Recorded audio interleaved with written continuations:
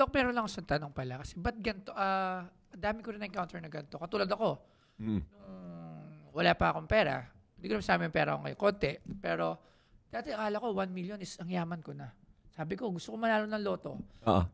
Baka pag may 1 million, mayaman na ako. Pero nang dumating sa punto na nakahawak ko nun, hindi pa pala ganun. Nagbabago yung pag-isip natin eh. Pag andyan na. May kaibigan ako, sabi niya, once malampasan mo yung 1 million mark, mabilis na daw Gusto mo yung na next mag-10. million. Oo. It's Totoo. easier daw to earn another million once you break that Yes, kasi nakuha mo na threshold. yung Oo. formula eh. Huwag ka na lang lilihis doon. Or it could be, I don't know if it's may scientific reason. For opinion ko lang to, wala tong scientific reason.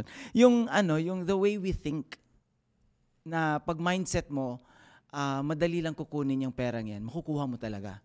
Kasi a friend of mine, palagi ko siyang sinasabi, lakwatsa tayo, punta tayo ibang bansa.